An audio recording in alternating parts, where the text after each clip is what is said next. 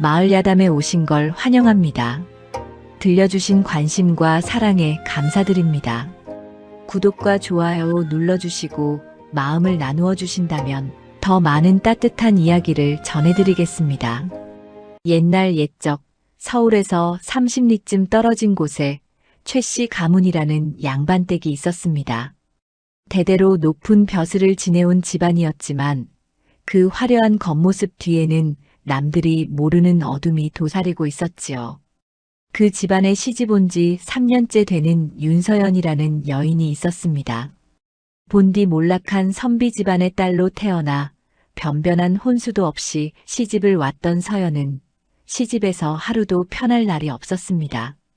아침이면 시어머니께 문안을 드려야 했고 낮에는 온갖 집안일을 감독해야 했으며 밤이면 서방님의 눈치를 살펴야 했지요.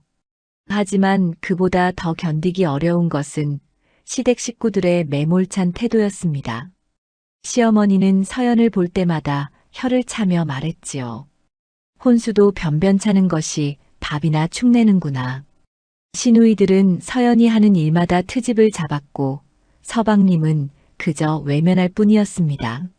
서연은 그렇게 3년을 견뎌냈지만 그 집안에서 자신은 사람이 아니라 그저 물건처럼 취급당하고 있다는 것을 뼈저리게 느꼈습니다.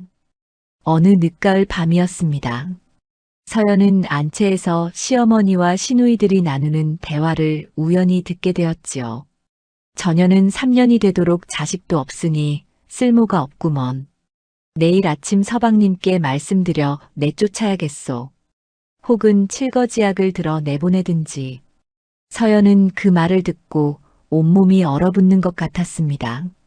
내쫓기면 갈 곳도 없는데 어찌해야 하나.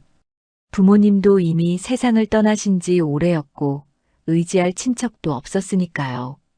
그날 밤 서연은 잠을 이룰 수 없었습니다. 마루에 앉아 달을 바라보며 생각했지요. 이대로 있다가는 쫓겨날 것이 뻔하다. 차라리 내가 먼저 이곳을 떠나는 것이 낫지 않을까? 새벽녘이 되자 서연은 마음을 굳혔습니다. 조용히 방에서 나와 부엌으로 향했지요. 거기서 작은 보따리 하나를 챙겼습니다. 밥 한 덩이, 물주전자 하나, 그리고 어머니께서 물려주신 작은 놀이개가 전부였습니다. 서연은 사랑채 쪽을 흘끔 보았습니다. 그곳에는 자신을 한 번도 지켜주지 않았던 서방님이 자고 있었지요. 미련은 없었습니다. 서연은 대문 쪽으로 가려다 말고 뒷담을 넘기로 했습니다. 담장이 높았지만 옆에 쌓인 장작더미를 밟고 올라 간신히 넘을 수 있었지요. 뛰어내릴 때 발목을 삐끗했지만 아픔을 참았습니다. 이대로 멈추면 다시는 도망칠 기회가 없을 것 같았으니까요. 서연은 마을을 벗어나 산길로 접어들었습니다. 어디로 가야 할지 알 수 없었지만 일단 사람들 눈에 띄지 않는 곳으로 가야 했습니다.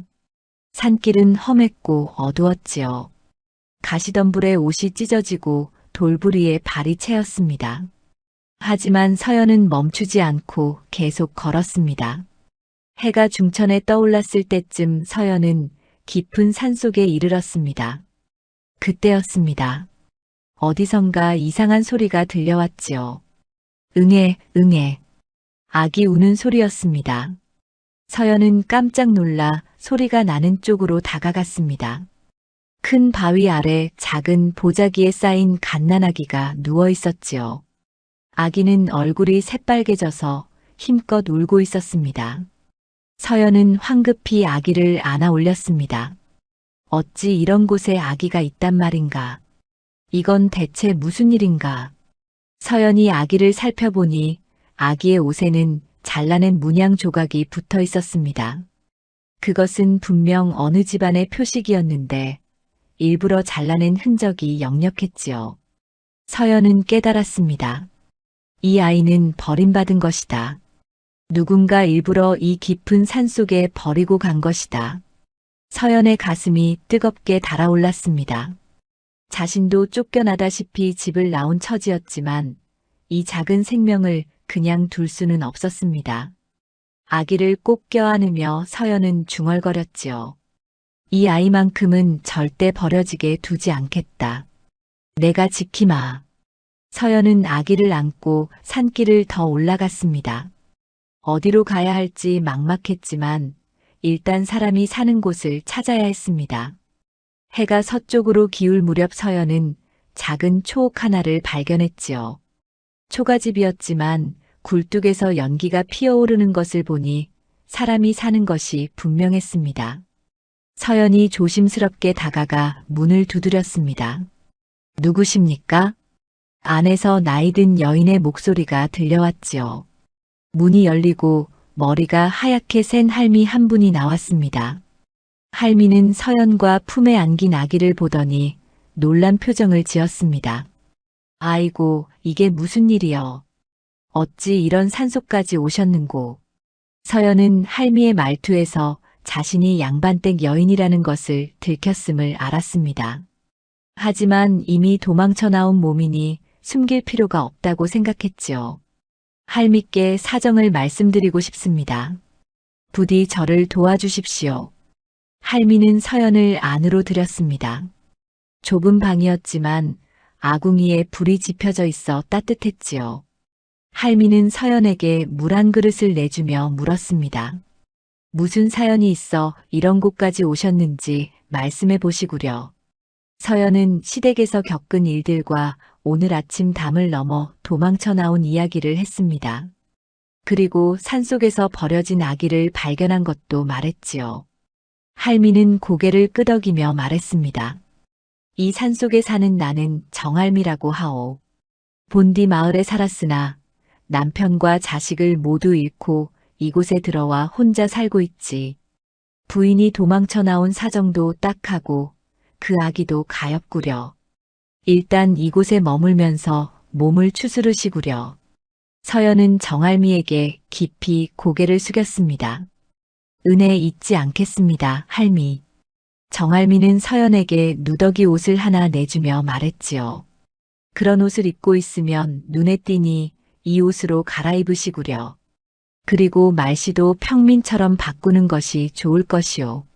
서연은 그 말이 옳다고 생각했습니다. 자신은 이제 양반댁 여인이 아니라 도망친 몸일 뿐이니까요. 그날 밤 서연은 아기를 재우며 생각했습니다.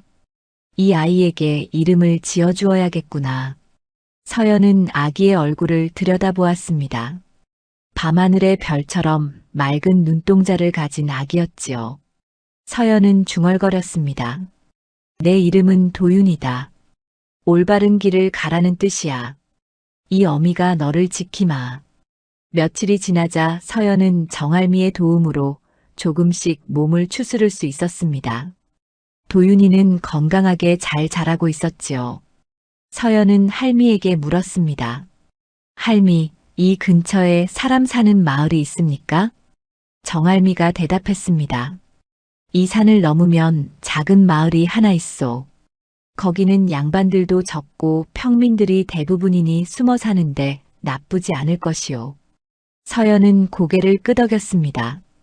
이곳에서 정할미와 함께 지내는 것도 좋지만 도윤이를 키우려면 더 많은 것이 필요했습니다.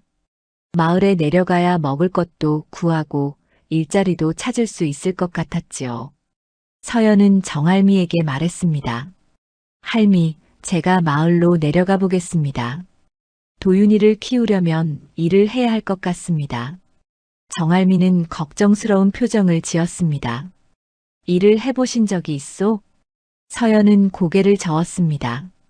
시댁에서 집안일을 감독하기는 했어도 직접 손에 물을 묻히는 일은 해본 적이 없었지요. 하지만 지금은 달랐습니다. 서연은 단호하게 말했습니다. 배우면 됩니다. 이 아이를 위해서라면 무엇이든 할 수 있습니다. 며칠 뒤 서연은 도윤이를 등에 업고 산을 넘어 마을로 내려갔습니다. 마을은 작았지만 사람들이 북적거렸지요. 서연은 누더기 옷을 입고 머리도 아무렇게나 묶었기 때문에 평민 여인과 다를 바 없어 보였습니다. 서연은 마을을 돌아다니며 일자리를 찾았습니다. 그러다 한 초가집 앞에 이르렀는데 집 앞에 쌀을 나르는 사내들이 보였습니다. 서연이 다가가 물었지요. 저기 혹시 일손이 필요하십니까? 사내 하나가 서연을 훑어보며 말했습니다. 일손은 필요한데 아기까지 업고 있으니 일을 제대로 할 수 있겠소? 서연은 고개를 숙이며 말했습니다. 아기는 얌전합니다. 방해가 되지 않을 것입니다. 그때 집 안에서 한 사내가 나왔습니다. 나이는 30 남짓 되어 보였고 선비 같은 풍모를 지니고 있었지요. 사내는 서연을 보더니 물었습니다. 어디서 오신 분이요? 서연은 거짓말을 지어냈습니다. 남편을 잃고 떠돌다 이곳에 왔습니다. 아기를 먹여 살려야 하니 일을 시켜주십시오. 사내는 잠시 서연을 바라보다가 고개를 끄덕였습니다. 좋소. 우리 집에서 밥을 짓고 빨래를 하는 일을 맡아주시오. 품삯은 넉넉히 드리겠소. 서연은 기쁜 마음에 깊이 절했습니다. 고맙습니다. 은혜 잊지 않겠습니다. 그렇게 서연은 이우진이라는 몰락 양반 집에서 일을 하게 되었습니다. 이우진은 본디 과거를 준비하던 선비였으나 집안이 기울어 이제는 그를 가르치며 근근히 살아가고 있었지요.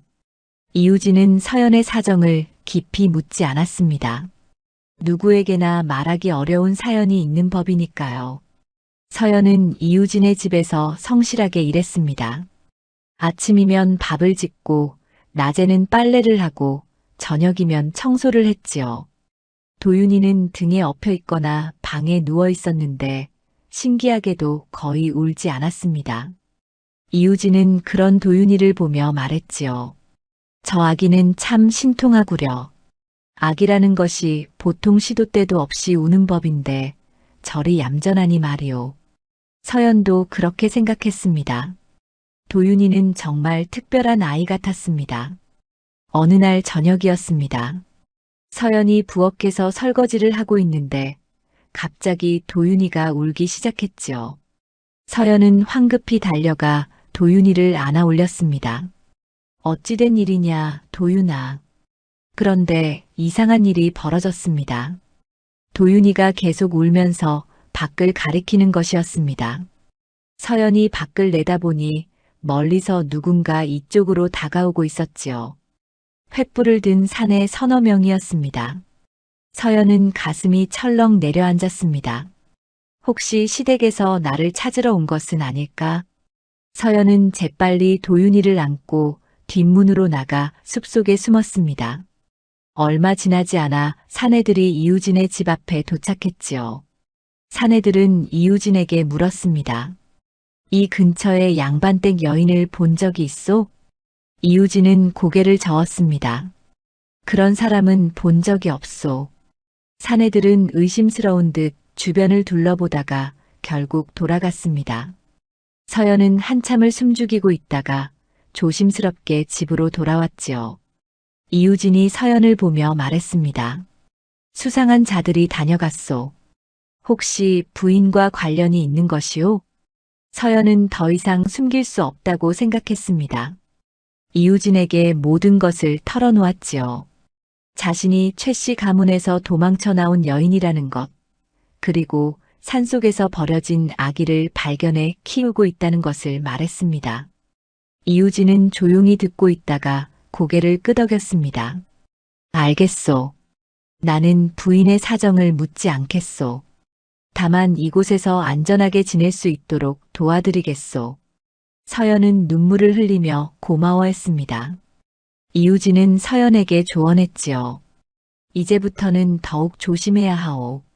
말투도 완전히 평민처럼 바꾸고 사람들과 깊게 얽히지 마시오. 그래야 들키지 않을 것이오. 서연은 그 말을 명심했습니다. 그 후로 서연은 더욱 조심스럽게 살았지요. 마을 사람들과 인사는 나누되 깊은 이야기는 하지 않았고 항상 도윤이를 가까이 두었습니다. 도윤이는 날이 갈수록 무럭무럭 자랐고 이상하게도 위험을 먼저 감지하는 듯한 모습을 보였습니다. 어느 날은 우물가에서 물을 기르려는데 도윤이가 갑자기 울기 시작했습니다. 서연이 이상하다 싶어 뒤를 돌아보니 우물 위에 놓인 두레박줄이 거의 끊어질 지경이었지요. 만약 그대로 물을 길었다면 두레박이 떨어져 크게 다칠 뻔했습니다. 마을 사람들은 그 일을 보고 수군거렸습니다. 저 아기가 어미를 구했구먼. 참 신통한 일이야. 또 어느 날은 이우진의 집 마당에서 빨래를 널고 있는데 도윤이가 또 울었습니다. 서연이 도윤이를 보니 아기가 하늘을 가리키고 있었지요. 고개를 들어보니 지붕 위에 기와가 흔들리고 있었습니다. 서연은 황급히 그 자리를 피했고 곧 기와 몇 장이 떨어져 내렸습니다. 만약 그대로 있었다면 맞을 뻔했지요. 이런 일이 몇 번 있자 마을 사람들 사이에서 소문이 퍼지기 시작했습니다. 저 아기는 뭔가 보통 아이가 아니야. 귀신같이 위험을 알아채더라. 혹시 신령님의 가호라도 받는 것 아닐까? 서연은 그런 소문을 들으며 불안했지만 동시에 도윤이가 특별한 아이라는 것을 확신하게 되었습니다. 그렇게 계절이 바뀌고 시간이 흘렀습니다. 서연은 마을에 완전히 정착했고 도윤이는 무럭무럭 자라 이제 기어다니기 시작했지요. 서연은 도윤이를 보며 다짐했습니다. 이 아이만큼은 절대 버려지게 두지 않겠다. 내가 목숨을 걸고 지키마. 세월이 흘러 도윤이는 어느덧 10살이 되었습니다. 이제는 제법 키도 크고 말도 또렷하게 하는 아이가 되었지요. 서연은 이우진의 집에서 일을 하며 근근히 생계를 이어갔고 도윤이는 낮이면 이우진에게 글을 배우거나 마을 아이들과 어울려 놀았습니다. 그런데 도윤이는 다른 아이들과 확연히 달랐습니다. 같은 나이 아이들이 아직 천자문도 제대로 떼지 못할 때 도윤이는 벌써 사서삼경의 구절들을 줄줄 외웠지요.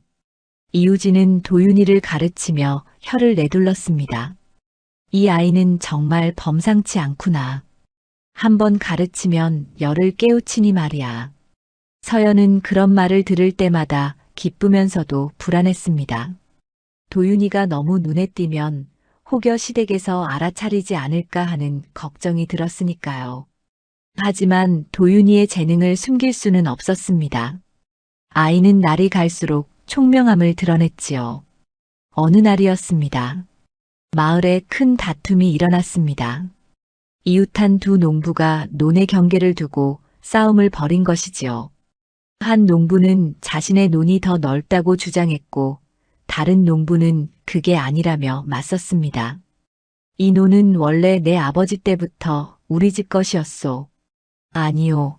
그건 잘못 알고 계신 게요. 경계표를 보시오. 두 사람은 마을 앞마당에서 목소리를 높이며 다투었습니다. 마을 사람들이 모여들었지만 누구도 쉽게 판단을 내리지 못했지요. 양쪽 다 나름의 이유가 있어 보였으니까요. 그때 도윤이가 앞으로 나섰습니다.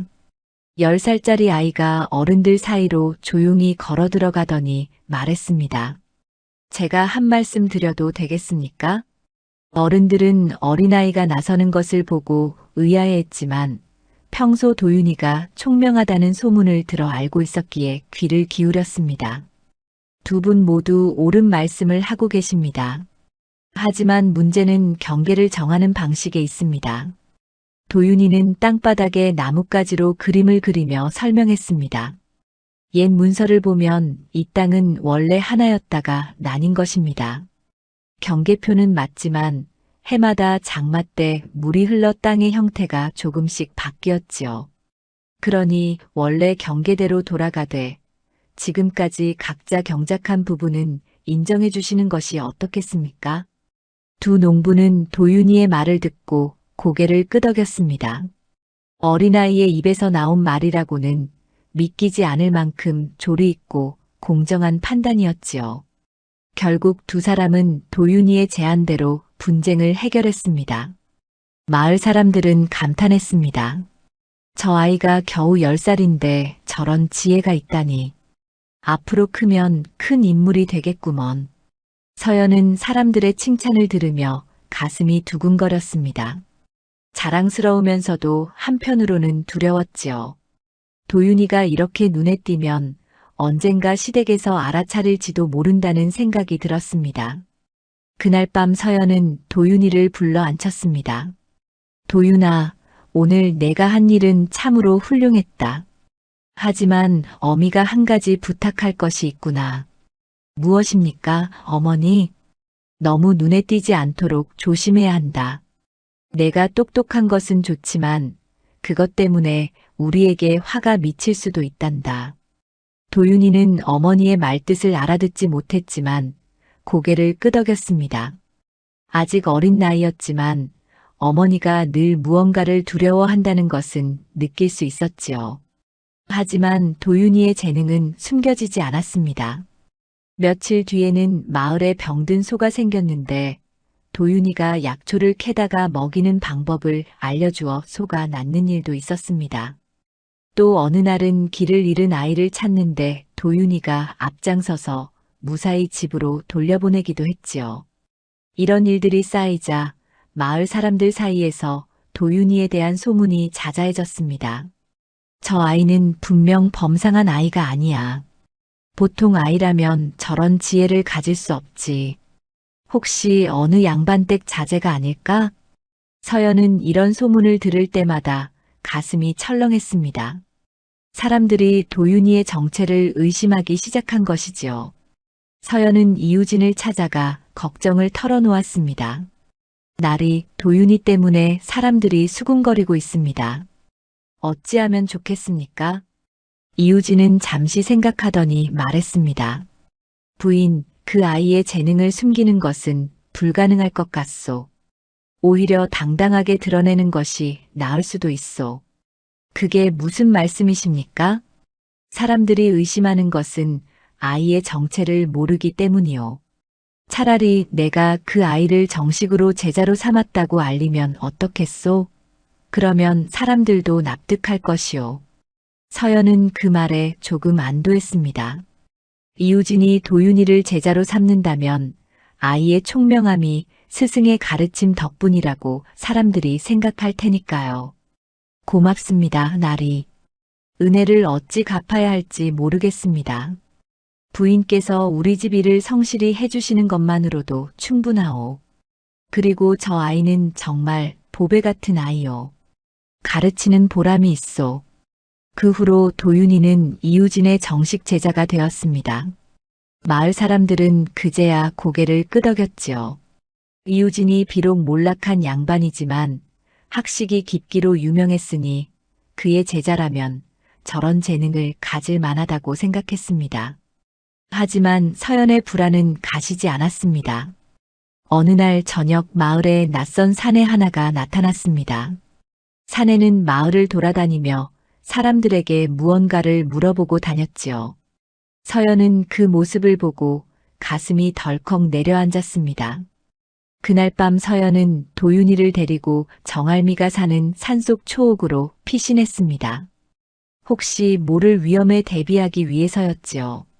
정할미는 두 사람을 반갑게 맞아주었습니다. 아이고, 도윤이가 이렇게 컸구나. 이제 제법 사내가 다 됐네. 할미, 폐를 끼쳐 죄송합니다. 무슨 소리여. 언제든 오시게.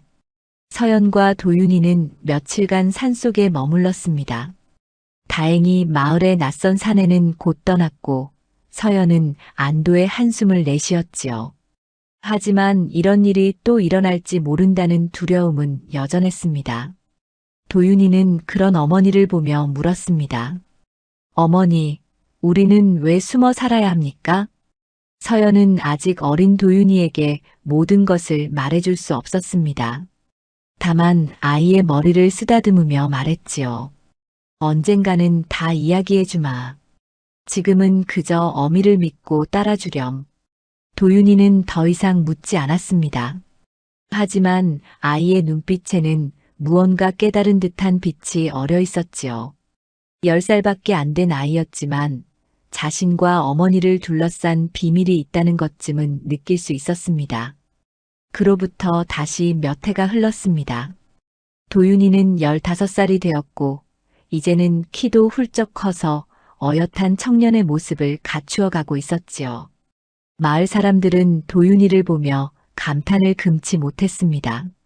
학문은 물론이고 예절까지 갖춘 도윤이는 비록 평민의 옷을 입고 있었지만 어딘가 모르게 양반 자제 같은 풍모가 있었으니까요.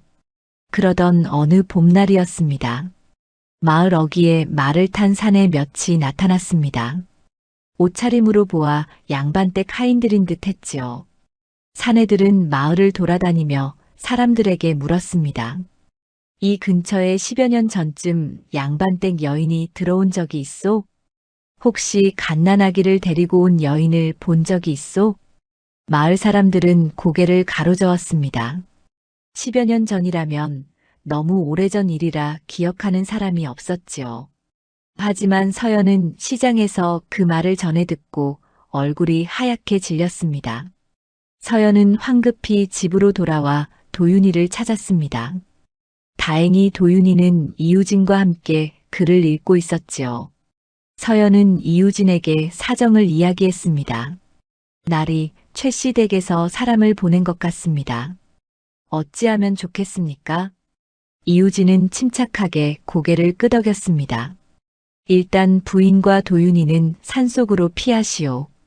내가 여기서 사내들을 만나보겠소. 서연은 도윤이를 데리고 뒷문으로 빠져나갔습니다. 두 사람은 익숙한 산길을 따라 정알미의 초옥으로 향했지요. 도윤이는 무슨 일인지 물었습니다. 어머니, 또 우리를 쫓는 자들입니까? 그런 것 같구나. 조용히 할미 댁으로 가자. 그날 저녁 최씨 댁의 하인들은 이유진의 집을 찾아왔습니다. 이유진은 사랑채에서 사내들을 맞았지요. 무슨 일로 이리 오셨소? 하인 중 우두머리로 보이는 사내가 물었습니다. 혹시 이 근처에 양반댁 여인과 아이가 사는 것을 아시오? 이 마을에는 평민들만 살고 있소. 양반댁 여인이라니 그런 사람은 본 적이 없소. 사내들은 의심스러운 눈초리로 주변을 살폈습니다. 그러다 마당에서 빨래가 널린 것을 보았지요. 여인의 옷가지들이었습니다. 저 옷은 누구 것이오? 우리 집에서 일하는 여인의 옷이오. 남편을 잃고 홀로 아이를 키우는 과부인데 불쌍히 여겨 일을 시키고 있소. 그 여인을 만나볼 수 있겠소? 지금은 친정에 다녀온다고 마을을 비웠소. 며칠 후에나 돌아올 것이오. 사내들은 더 캐묻고 싶었지만 이유진이 워낙 당당하게 대하니 쉽게 의심하기 어려웠습니다. 게다가 이유진은 비록 몰락했지만 양반 출신이었기에 함부로 대할 수도 없었지요. 알겠소. 그럼 며칠 후에 다시 들르겠소. 사내들이 돌아간 후 이유진은 한숨을 내쉬었습니다. 당분간 서연과 도윤이를 마을에 돌아오게 할 수 없을 것 같았습니다. 한편 산속 초옥에서는 서연과 도윤이가 정알미와 함께 밤을 보내고 있었습니다. 정알미는 걱정스러운 얼굴로 말했습니다. 이제 더는 숨기 어려울 것 같구먼. 도윤이가 이렇게 자라니 눈에 띌 수밖에 없지. 서연도 그 말에 동의했습니다. 도윤이는 이제 너무 커버렸고 재능도 뛰어나 사람들의 주목을 받고 있었으니까요. 도윤이가 조용히 말했습니다. 어머니, 이제 저에게 진실을 말씀해 주십시오. 우리가 왜 숨어 살아야 하는지 저는 정말 누구인지 알고 싶습니다. 서연은 깊은 한숨을 내쉬었습니다. 이제 더는 숨길 수 없다는 것을 깨달았지요. 도윤이는 이미 15살이 되었고 진실을 알 만한 나이였습니다. 알았다, 도윤아. 이제 모든 것을 이야기해 주마. 서연은 15년 전 그날의 이야기를 시작했습니다. 자신이 최씨 가문에 시집갔던 일 학대를 받고 도망쳐 나온 일, 그리고 산속에서 버려진 갓난아기를 발견한 일을 낱낱이 말했지요. 너는 내가 낳은 아이가 아니다. 산속에서 버려진 채 발견한 아이였다. 하지만 나는 너를 내 자식처럼 키웠고 지금도 너는 내 아들이나 다름없다. 도윤이는 충격을 받은 표정이었습니다. 하지만 곧 침착하게 물었습니다. 그럼 제 진짜 부모는 누구입니까? 왜 저를 버렸습니까? 그건 나도 모른다. 다만 내 옷에 붙어 있던 문양을 보니 어느 양반댁의 아이인 것은 분명했다. 아마도 어떤 사연이 있어서 버렸을 게다. 도윤이는 한참 동안 말이 없었습니다. 정할미가 도윤이의 어깨를 다독이며 말했습니다. 도윤아, 혈연이 다가 아니란다. 너를 키운 것은 내 어미시고 너를 사랑한 것도 내 어미시다. 도윤이는 고개를 끄덕였습니다. 그리고 서연을 바라보며 말했지요. 어머니, 저를 버리지 않고 키워주셔서 고맙습니다. 제가 누구의 자식이든 상관없습니다. 어머니는 제 유일한 어머니이십니다. 서연은 도윤이를 끌어안으며 눈물을 흘렸습니다.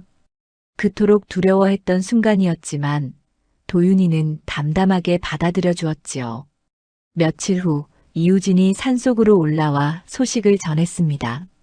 최씨댁 사내들이 다시 왔다가 돌아갔소. 당분간은 조용할 것 같소. 하지만 그날 사내들 중 하나가 마을을 떠나기 전에 도윤이를 힐끗 본 적이 있었습니다. 마을 어귀에서 우연히 마주친 도윤이의 얼굴을 본 사내는 속으로 중얼거렸지요. 저 눈빛. 설마.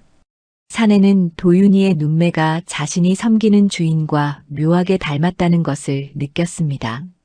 하지만 확신할 수는 없었지요. 사내는 일단 최씨 댁으로 돌아가 보고하기로 했습니다.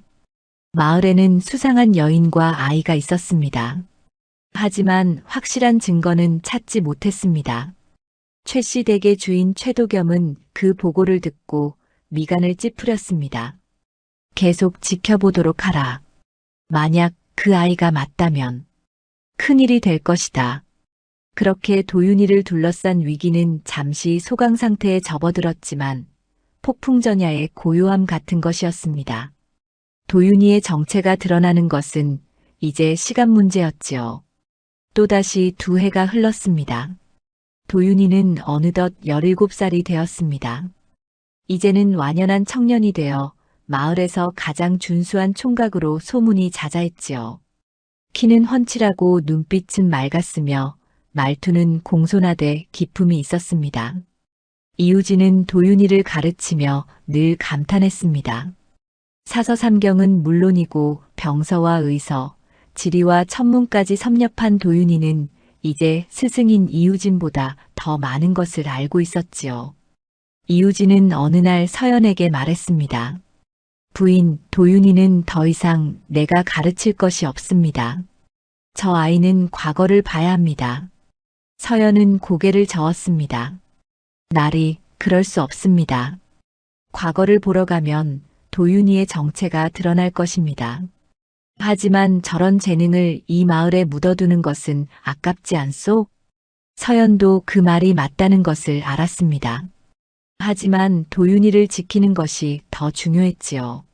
서연은 아직도 최씨 댁이 도윤이를 찾고 있을지 모른다는 두려움에서 벗어나지 못했습니다. 그러던 어느 날이었습니다. 마을에 큰 문제가 생겼습니다. 이웃 마을과의 물길 분쟁이 일어난 것이지요.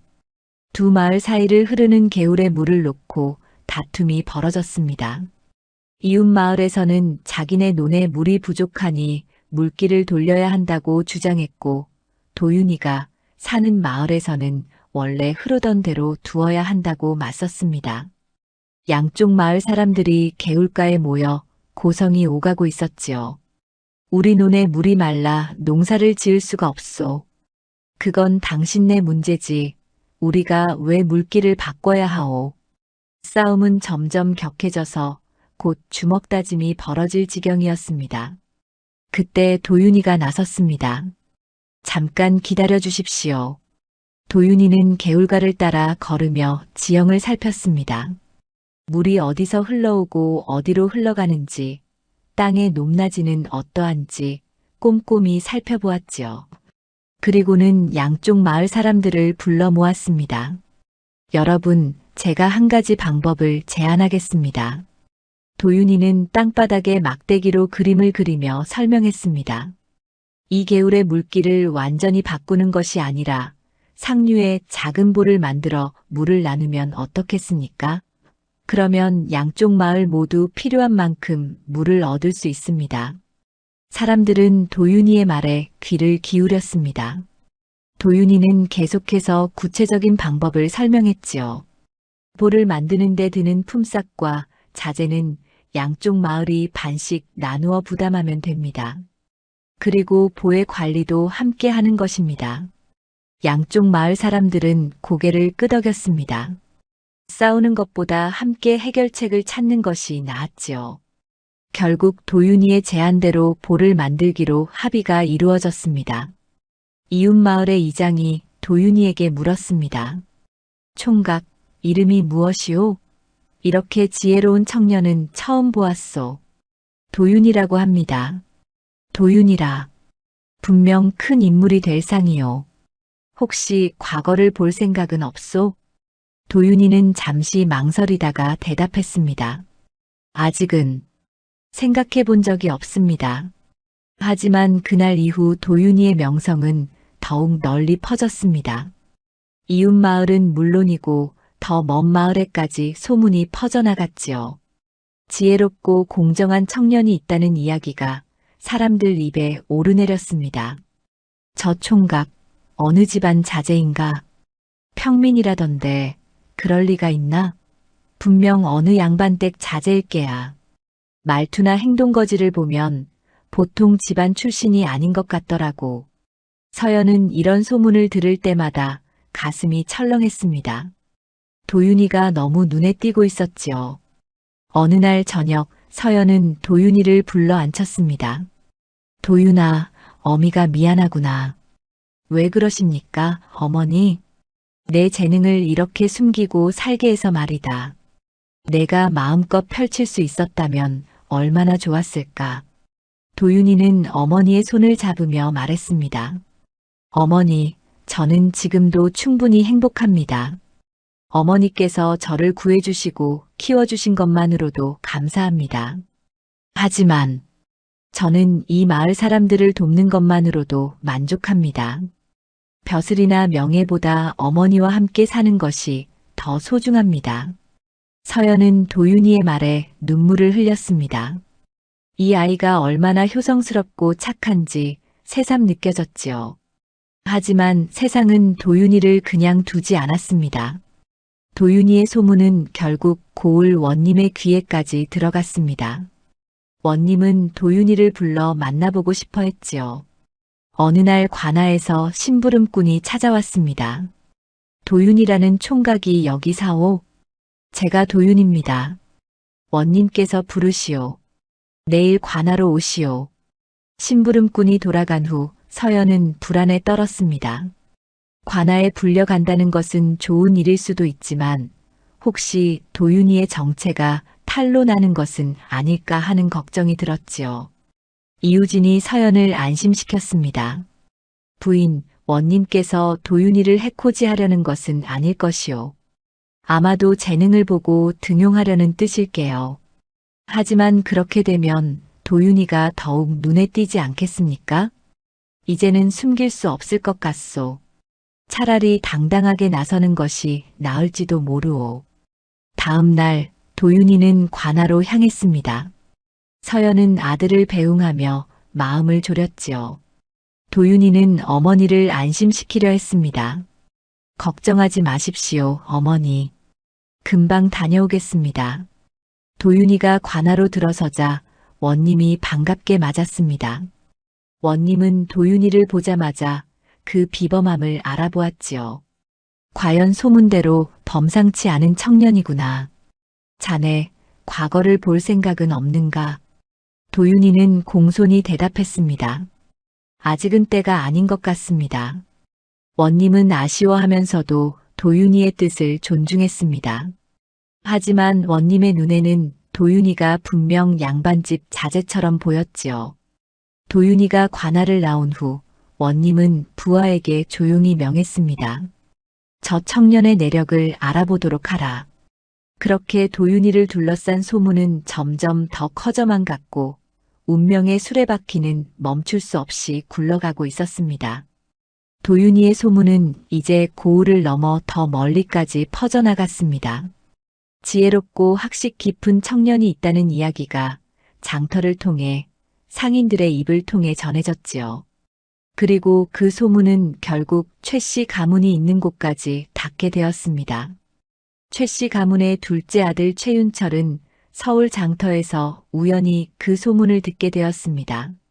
상인들이 주막에서 이야기를 나누고 있었지요. 저 남쪽 마을에 신통한 총각이 있다던데 17밖에 안 됐는데도 학식이 대단하다더군. 맞소, 물길 분쟁도 해결하고 원님께서도 칭찬하셨다지 않소? 게다가 생김새도 준수하다는데 평민치고는 풍모가 남다르다더군. 최윤철은 처음에는 무심코 듣고 있었습니다. 하지만 상인들이 그 청년의 나이와 생김새를 이야기하자 문득 이상한 느낌이 들었지요. 17살 양반 같은 풍모, 비범한 재능. 최윤철의 머릿속에 17년 전의 일이 떠올랐습니다. 그날 밤 최윤철은 형 최도겸을 찾아갔습니다. 최도겸은 최 씨 가문의 큰아들로 집안의 모든 일을 관장하고 있었지요. 형님, 한 가지 이상한 소문을 들었습니다. 무슨 소문인가? 최윤철은 장터에서 들은 이야기를 전했습니다. 최도겸은 처음에는 별것 아닌 듯 들었지만 점점 얼굴이 굳어갔습니다. 17살이라고? 그렇습니다. 그리고 풍모가 양반 같다고 했습니다. 최도겸은 잠시 침묵했습니다. 17년 전 집안에 큰 일이 있었지요. 점술가가 태어날 아이가 집안에 화를 가져올 것이라는 예언을 했고 최도겸은 그 아이를 산속에 버리라고 명했습니다. 당시 갓난아기였던 그 아이가 만약 살아있다면 지금 17살이 될 나이였습니다. 그 마을이 어디라고 했는가? 서울에서 30리쯤 떨어진 곳이라 했습니다. 최도겸은 자리에서 일어났습니다. 내가 직접 가서 확인해 보겠다. 형님, 설마 그 아이가 모르는 일이다. 만약 정말 그 아이라면 최도겸은 말을 잇지 못했습니다. 17년 전 버린 아이가 살아있다면 그것은 예언이 틀렸다는 뜻이 아니라 예언이 이루어질 시간이 다가오고 있다는 뜻일지도 몰랐지요. 며칠 후 최도겸은 하인들을 거느리고 도윤이가 사는 마을로 향했습니다. 이번에는 몰래 수색하는 것이 아니라 당당하게 찾아가기로 했지요. 최도겸은 마을 어귀에서 도윤이가 지나가는 것을 보았습니다. 그 순간 최도겸은 숨이 멎는 듯 했습니다. 도윤이의 얼굴이 자신의 아버지, 그리고 자신과 묘하게 닮아 있었던 것입니다. 특히 눈매와 이마의 생김새가 최 씨 집안 사람들의 특징을 그대로 지니고 있었지요. 저 아이다. 최도겸은 확신했습니다. 17년 전 산속에 버린 아이가 바로 저 청년이었던 것입니다. 최도겸은 하인들에게 명했습니다. 저 청년이 사는 곳을 알아내라. 그리고 그 어미도 찾아라. 하인들이 마을 사람들에게 물어 도윤이가 이우진의 집에서 어머니와 함께 산다는 것을 알아냈습니다. 최도겸은 곧장 이우진의 집으로 향했지요. 이우진의 집 앞에 도착한 최도겸은 거만하게 말했습니다. 집주인을 불러라. 이우진이 나왔습니다. 비록 몰락한 양반이었지만 최도겸과 같은 양반 앞에서도 기죽지 않았지요. 무슨 일로 오셨소? 여기 도윤이라는 청년이 사는 것으로 아는데 맞소? 그렇소. 무슨 일이오? 최도겸은 냉소를 지으며 말했습니다. 그 아이의 어미를 만나고 싶소. 당장 불러내시오. 이우진은 최도겸의 태도에서 심상치 않은 기운을 느꼈습니다. 그분은 지금 안 계시오. 거짓말 말고 당장 불러내시오. 그렇지 않으면 관아에 고발하겠소. 그때 안채에서 서연이 나왔습니다. 서연은 최도겸을 보는 순간 얼굴이 하얗게 질렸지요. 17년 전 자신을 괴롭혔던 시댁 식구 중 한 명이었습니다. 당신이 어찌 여기까지. 최도겸도 서연을 알아보았습니다. 과연 내 놈이었구나.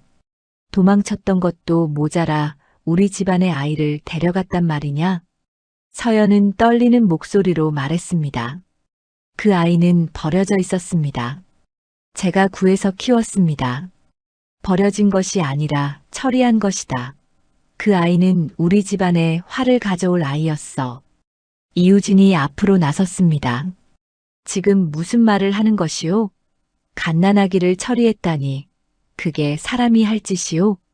최도겸은 이유진을 노려보았습니다. 감히 신분도 모르고 참견하는가? 물러서지 못하겠는가? 그때 마당 안으로 도윤이가 들어왔습니다. 장터에 다녀오던 길이었지요. 도윤이는 낯선 양반들이 어머니를 다그치는 모습을 보고 황급히 달려왔습니다.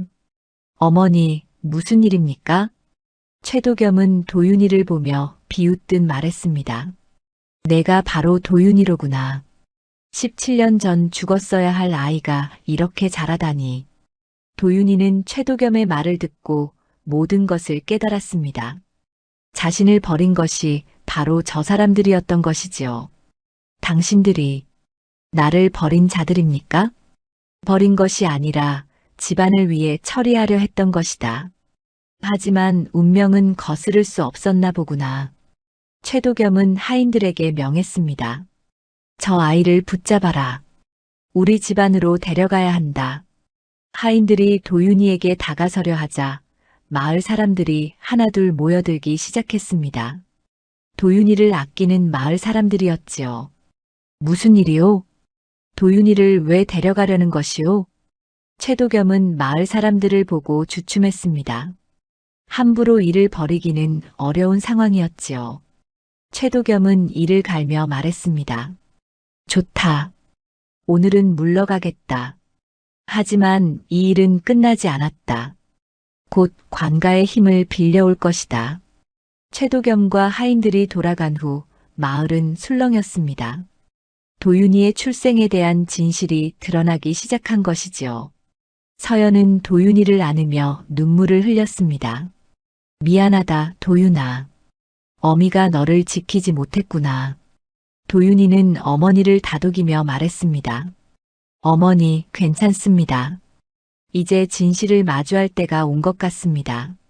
그날 밤 이우진은 서연과 도윤이를 불러 앉혔습니다.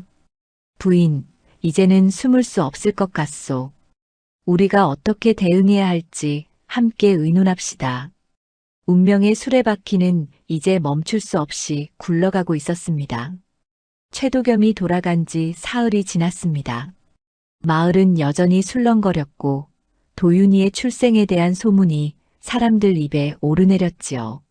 어떤 이들은 도윤이가 양반 집안의 자제였다며 놀라워했고 어떤 이들은 왜 버려졌는지 궁금해했습니다. 서연은 그 사흘 동안 밤낮으로 불안에 떨었습니다. 최도겸이 관가의 힘을 빌려 다시 올 것이라는 말이 머릿속을 떠나지 않았지요. 이우진은 서연을 위로했습니다. 부인, 너무 걱정하지 마시오.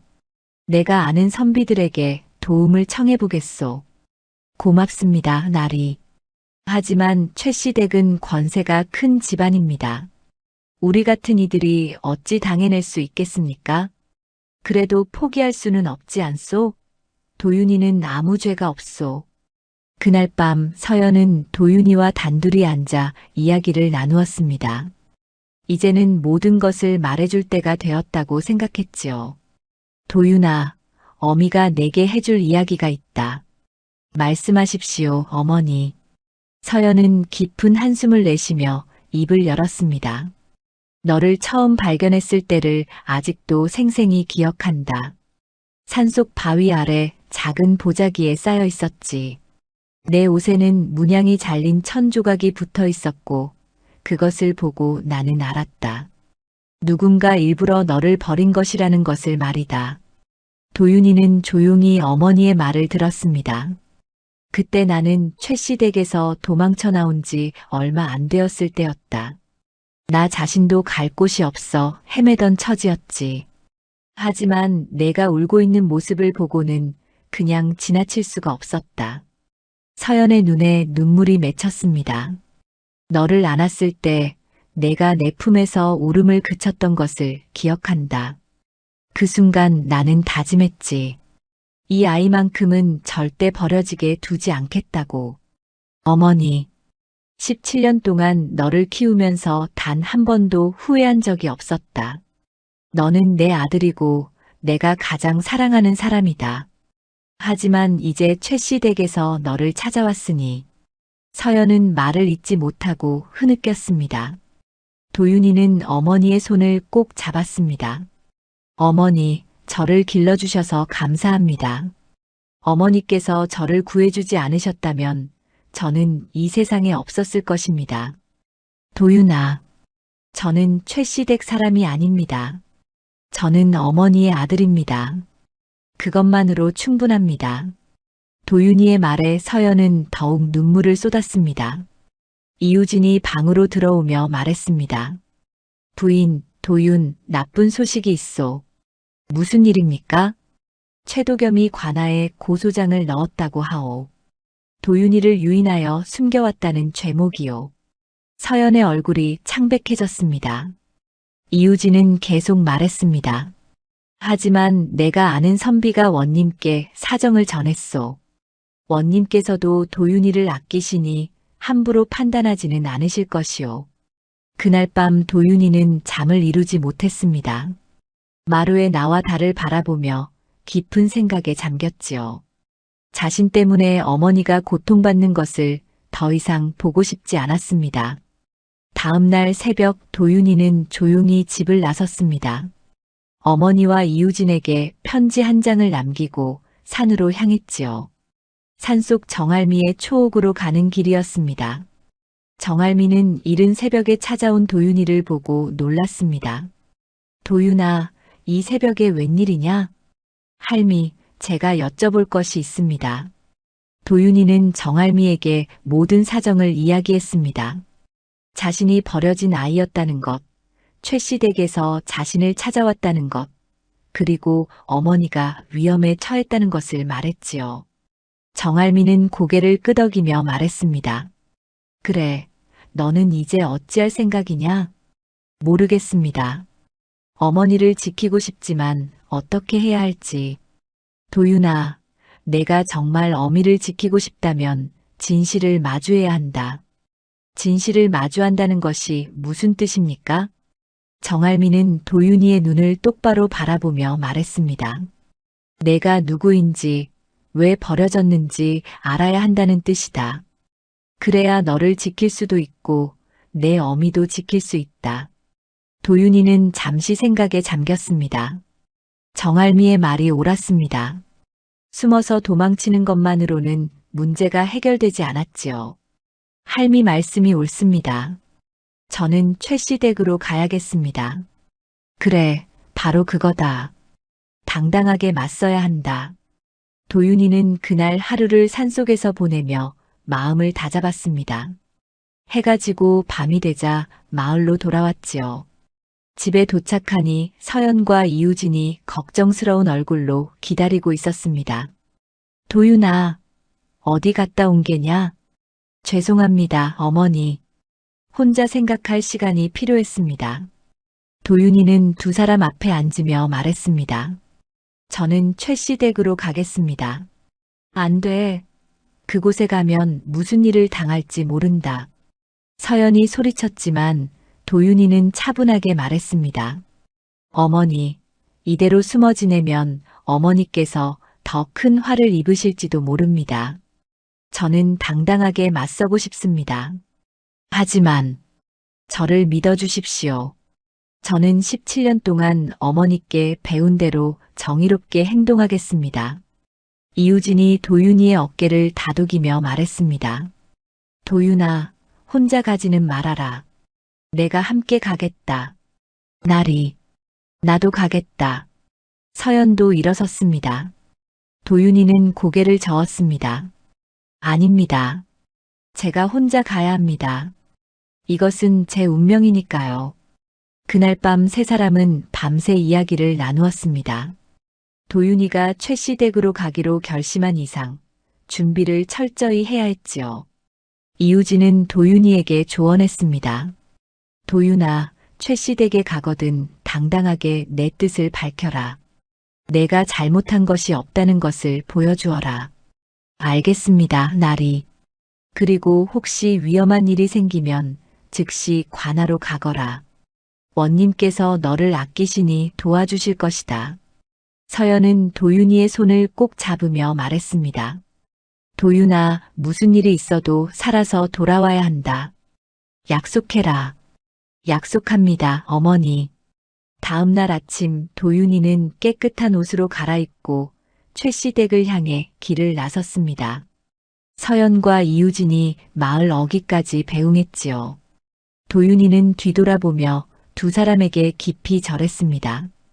다녀오겠습니다. 그렇게 도윤이는 자신의 운명을 마주하기 위해 최씨 댁으로 향했습니다. 17년 만에 자신을 버린 집안과 대면하는 순간이 다가오고 있었지요. 도윤이는 하루 종일 걸어 최씨 댁에 도착했습니다. 높은 담장과 큰 대문이 위압적으로 서 있었지요.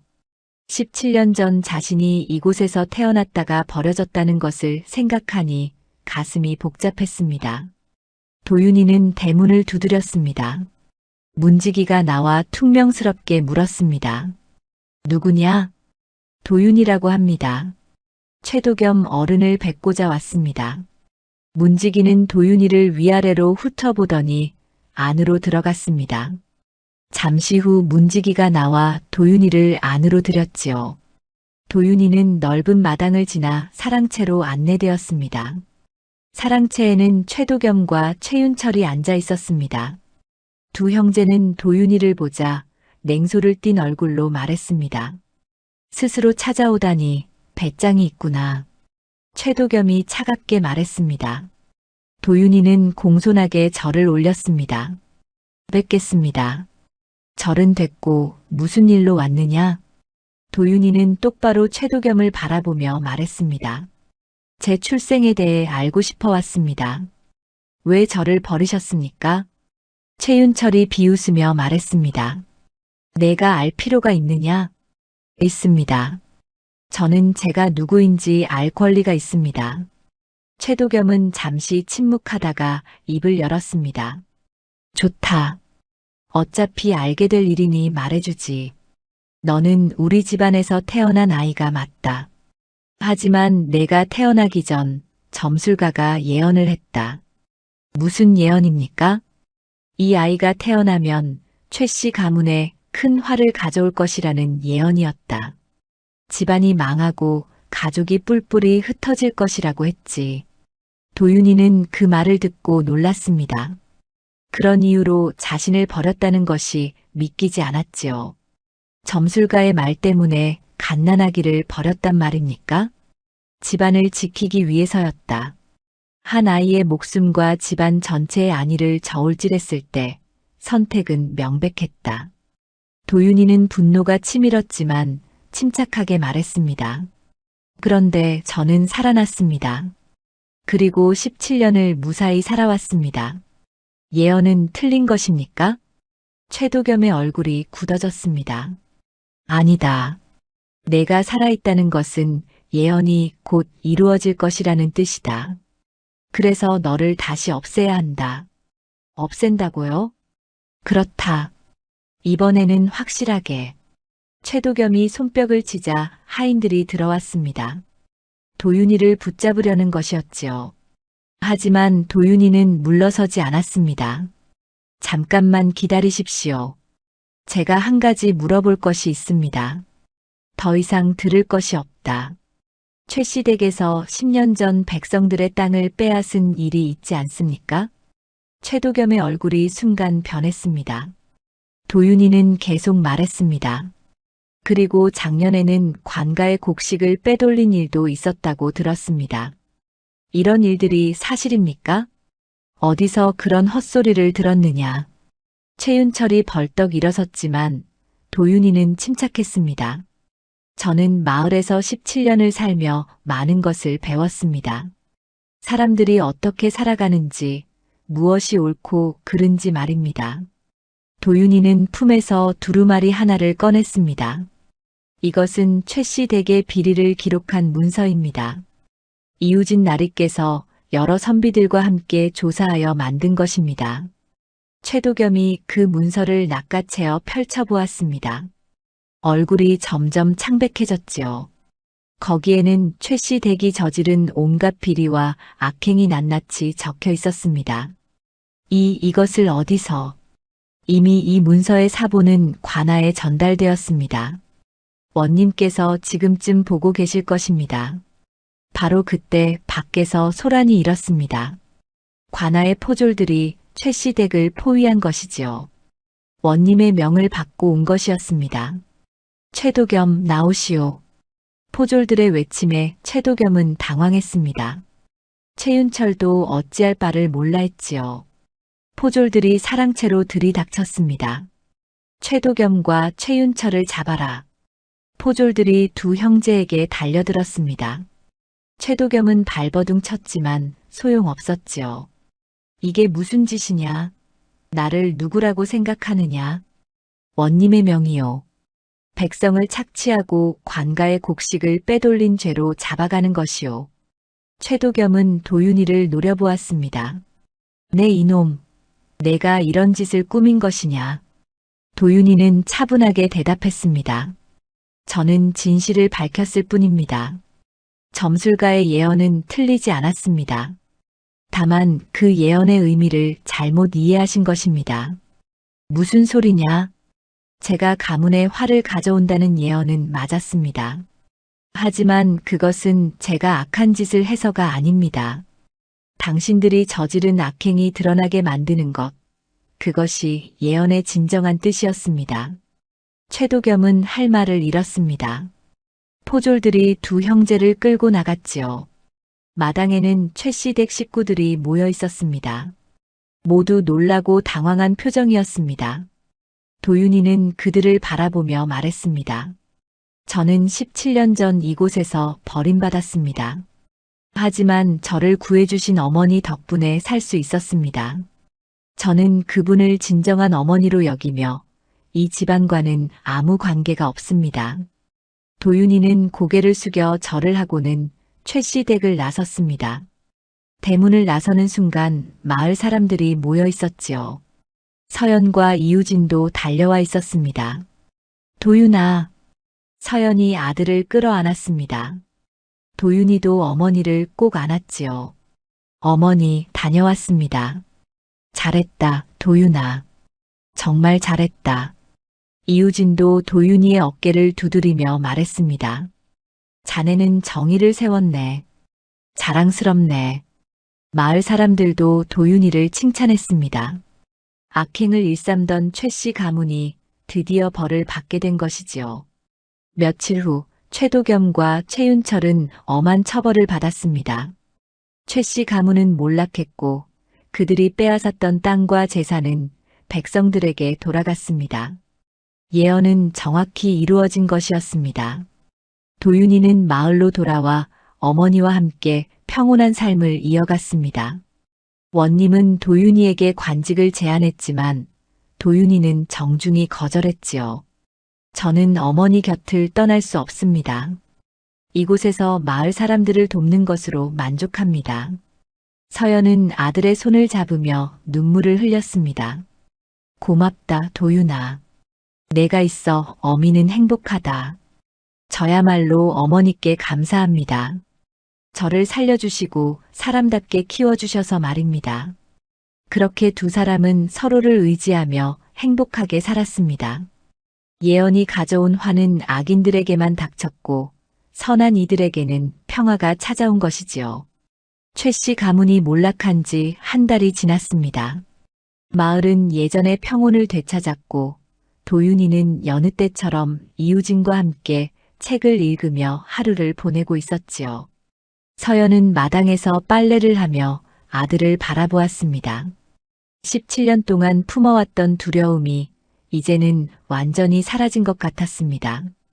그러던 어느 날 오후 마을에 낯선 가마 하나가 들어왔습니다. 가마에서 내린 이는 고운 옷을 입은 중년 부인이었지요.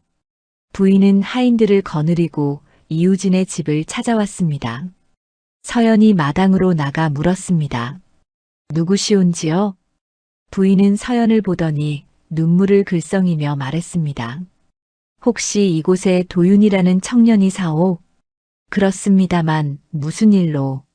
그때 안채에서 도윤이가 나왔습니다. 부인은 도윤이를 보자 그 자리에 주저앉으며 울음을 터뜨렸지요. 정말 내가 살아있었구나. 도윤이는 당황하여 물었습니다. 누구십니까? 부인은 눈물을 닦으며 떨리는 목소리로 말했습니다. 나는 내 친어머니다. 그 말에 서연과 도윤이 모두 놀랐습니다. 부인은 계속 말했습니다. 17년 전 나는 최씨 댁의 며느리였다. 너를 낳았을 때 시댁에서는 점술가의 말을 믿고 너를 없애려 했지. 나는 막으려 했지만 힘이 없었다. 부인의 목소리는 애절했습니다. 시아버지께서 너를 산속에 버리라고 명하셨을 때 나는 차라리 죽고 싶었다. 하지만 나는 비겁하게도 살아남았고 그 죄책감에 17년을 괴로워하며 살았다. 서연이 부인에게 다가가 말했습니다. 부인께서 도윤이를 낳으신 어머니시라면 그동안 얼마나 가슴 아프셨겠습니까? 부인은 서연의 손을 잡았습니다. 당신이 내 아이를 살려주셨다지요? 고맙습니다. 정말 고맙습니다. 두 여인은 서로를 껴안고 울었습니다. 한 사람은 아이를 지키지 못한 죄책감에, 다른 한 사람은 아이를 잃을까 두려워했던 17년의 세월이 한꺼번에 쏟아져 나왔지요. 도윤이는 그 모습을 보며 복잡한 심정이 들었습니다. 자신을 낳아준 어머니와 자신을 키워준 어머니가 함께 있는 모습이 낯설면서도 따뜻했습니다. 부인은 눈물을 닦고 도윤이에게 말했습니다. 도윤아, 나는 내게 용서를 구하러 온 것이 아니다. 다만 내가 잘 살아있다는 것을 확인하고 내가 훌륭하게 자랐다는 것을 보고 싶었다. 어머니, 나는 이미 너의 어머니가 아니다. 너를 키운 분이 진짜 어머니시지. 나는 다만 너를 낳기만 한 사람일 뿐이다. 도윤이는 서연을 바라보았습니다. 서연은 고개를 끄덕이며 도윤이를 격려했지요. 도윤이는 부인 앞에 무릎을 꿇고 말했습니다. 저를 낳아주셔서 감사합니다. 비록 저를 지키지 못하셨지만 저는 어머니를 원망하지 않습니다. 부인은 다시 눈물을 흘렸습니다. 도윤이는 계속 말했습니다. 하지만 저에게는 이미 어머니가 계십니다. 저를 구해주시고 사람으로 키워주신 분입니다. 저는 그분의 아들로 살아가겠습니다. 부인은 고개를 끄덕였습니다. 그래야 한다. 너는 그분의 아들이다. 부인은 품에서 작은 보따리를 꺼냈습니다. 이것은 내가 태어났을 때 내가 만들어준 베넷 저고리다. 너를 버릴 때 함께 넣어주지 못한 것이 평생 한이었다. 이제라도 내게 주고 싶구나. 도윤이는 베넷 저고리를 받아들었습니다. 부인은 일어서며 서연에게 말했습니다. 부인, 제 아이를 잘 키워주셔서 감사합니다. 저는 이제 마음 편히 살 수 있을 것 같습니다. 어디로 가실 생각이십니까? 최씨 댁과는 이미 연을 끊었습니다. 친정으로 돌아가 조용히 살려고 합니다. 부인은 마지막으로 도윤이를 바라보았습니다. 잘 살아라, 도윤아. 내가 행복하기를 바란다. 부인이 떠난 후 서연과 도윤이는 한참 동안 말이 없었습니다. 이우진이 나와 두 사람을 위로했지요. 힘든 만남이었겠소. 하지만 이것으로 모든 것이 정리된 것 같소. 서연이 도윤이에게 물었습니다. 도윤아, 후회되지 않느냐? 진짜 어머니를 만났는데. 도윤이는 어머니의 손을 꼭 잡으며 말했습니다. 아닙니다, 어머니. 제 진짜 어머니는 저를 키워주신 어머니입니다. 그것만으로 충분합니다. 서연은 아들을 껴안았습니다. 17년 동안 품었던 모든 두려움과 걱정이 마침내 끝난 것 같았지요. 그로부터 며칠 후 마을에 또 다른 소식이 전해졌습니다. 도윤이의 이야기가 널리 퍼져 과거 시험에 특별 추천을 받게 되었다는 소식이었습니다. 원님이 직접 도윤이를 추천한 것이지요. 이우진이 기뻐하며 말했습니다. 도윤아, 이제 과거를 봐야 하네. 자네 같은 인재가 묻혀서는 안 되네. 하지만 도윤이는 고개를 저었습니다. 나리, 저는 이곳에 남고 싶습니다. 과거보다 더 중요한 것이 있습니다. 무엇이 과거보다 중요하단 말인가? 어머니와 함께 사는 것, 그리고 이 마을 사람들을 돕는 것입니다. 서연이 말했습니다. 도윤아, 나 때문에 내 앞길을 막아서는 안 된다. 내가 원한다면 과거를 보거라. 아닙니다, 어머니. 제가 진정으로 원하는 것은 이곳에서 어머니와 함께 사는 것입니다. 결국 도윤이는 과거를 보지 않기로 했습니다. 대신 마을에서 서당을 열어 아이들을 가르치기 시작했지요. 마을 아이들은 도윤이를 따랐고 도윤이는 그들에게 글을 가르치며 보람을 느꼈습니다. 세월이 흘러 서연의 머리는 하얗게 새었고 도윤이는 마을에서 가장 존경받는 훈장이 되었습니다. 두 사람은 여전히 이우진의 집에서 함께 살며 평온한 나날을 보냈지요. 어느 가을날 저녁 서연과 도윤이는 마루에 앉아 노을을 바라보고 있었습니다. 서연이 도윤이의 손을 잡으며 말했습니다. 도윤아, 내가 있어 어미는 참 행복했다. 저도 어머니께서 계셔서 행복했습니다. 17년 전 그날 산속에서 울고 있던 너를 만난 것이 어미 인생 최고의 축복이었다. 도윤이는 어머니를 껴안았습니다. 저야말로 어머니를 만난 것이 최고의 축복입니다. 두 사람은 서로를 의지하며 노을을 바라보았습니다. 혈육이 아니었지만 그 어떤 혈육보다 깊은 사랑으로 맺어진 모자였지요. 그들의 이야기는 마을 사람들 사이에서 오래도록 전해졌고 진정한 가족의 의미가 무엇인지를 일깨워주는 이야기가 되었습니다.